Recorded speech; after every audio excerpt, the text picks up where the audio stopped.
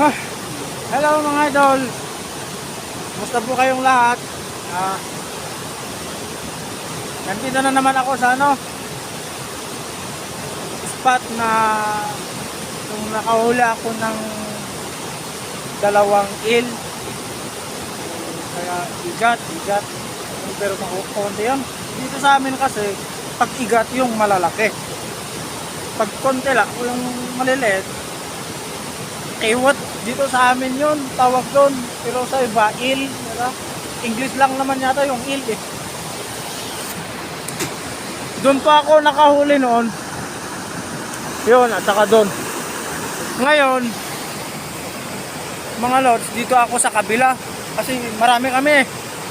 May dalawa sa taas. Dalawa naman yung magsasama dito sa kabila. Doon. Hanggang doon. Tapos ako naman, siyempre mahirap tong, siyempre, kita nyo naman, oh, malakas yung tubig. Kaya, nag-ano ako sa ang tawag doon. Basta lumipat ako dito sa kabila. Hindi ko alam kung anong Tagalog na naglangoy. Sorry mga idol ha. Ngayon, magtataan na naman ako. Gamit na naman natin tong mahiwagang kawil. Yan. Ito na oh, yung ito po kasi itong nilalagay ko na pain. Ito, earthworm. Ngayon na medyo umuulan-ulan ngayon. Ewan ko kung gustong-gusto ng eel itong kainin. Ito na kasi ang nasanayan namin pang sa kawil. Ngayon dito ko ilalagay dyan. Ito po yung mga idol, hindi ko na ibibideo kung paano ko ito ilagay itong kawil kasi wala akong gamit na para pwede pa rin ako mag video na kahit na ginagawa ko to. Ngayon, cellphone lang naman to. Wala naman tayong kapira-pira. Mahirap lang naman tayo. Wala tayong pambili ng mga gano'n. Ito na lang. Tiis-tiis lang muna. Kapag magkapira din, bibili tayo nun. Sana nga lang. Ngayon, matagal lang dalawa. Siyempre, dito ako magsimula. Hanggang doon sa taas. Pero hindi kasi kita kasi malayo.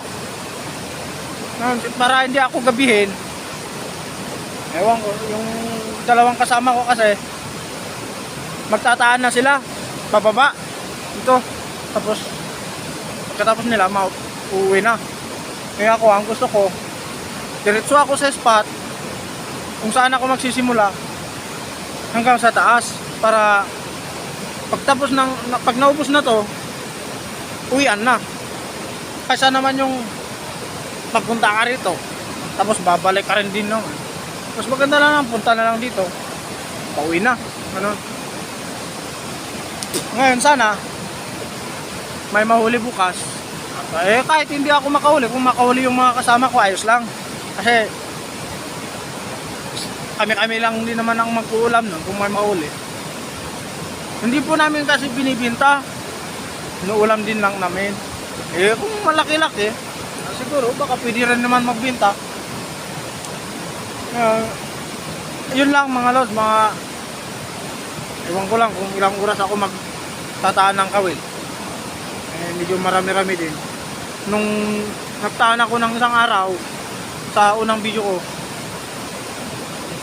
kano yun, bali 44 yun na kawil. Ngayon binigay ko sa kasama ko yung kawil ko na 19 kasi wala siyang gagamitin. Gusto namang magtaan ng kawil, binigay ko